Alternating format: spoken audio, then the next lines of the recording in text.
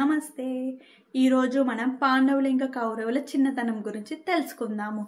పాండురాజు తన భార్యలు అండ్ పిల్లలతో కలిసి అడవిలో నివాసించేవాడు. ఒకరోజు పాండురాజుకి తన శాపం కారణం వల్ల మరణిస్తాడు. మాద్రి కూడా అదే చితి అంటే మంటలోకి దూకి చనిపోతుంది. మునులు పాండురాజు మరణం తెలుసుకొని కుంతీదేవి ఇంకా పాండవులని తీసుకొని హస్తినాపురానికి వెళ్తారు. వీళ్ళని చూసి భీష్ముడు ఇంకా విదురుడు చాలా ఆనందపడతాడు. కాకపోతే ధృతరాష్ట్రుడికి అప్పుడే భయం మొదలవుతుంది. ఒకరోజు పాండవులు కౌరవులు కలిసి ఆడుకునే సమయంలో భీముడు బలం చూసి దుర్యోధనుడికి చాలా అసూయ కలిగింది.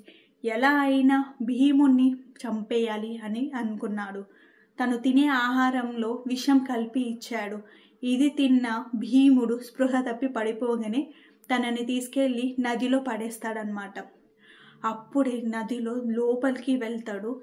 అక్కడ ఒక నాగలోకంకి చేరుకుంటాడు. అక్కడ అన్ని పాములు ఒకేసారి భీముడిని కరుస్తాయి. అప్పుడు తనకున్న విషం పోగా తిరిగి భీముడు ఫైట్ చేస్తాడనమాట. అప్పుడే నాగరాజు వాసుకి వచ్చి భీముడు వాయుదేవుడి కొడుకు అని గ్రహించి తనకు జరిగిందంతా తెలుసుకొని భీముడికి అమృతం ప్రసాదిస్తుంది. ఇది తీసుకున్న భీముడు తిరిగి ఇంకా 1000 బలవంతుడుగా మారి తిరిగి హస్తినాపురానికి వెళ్తాడు.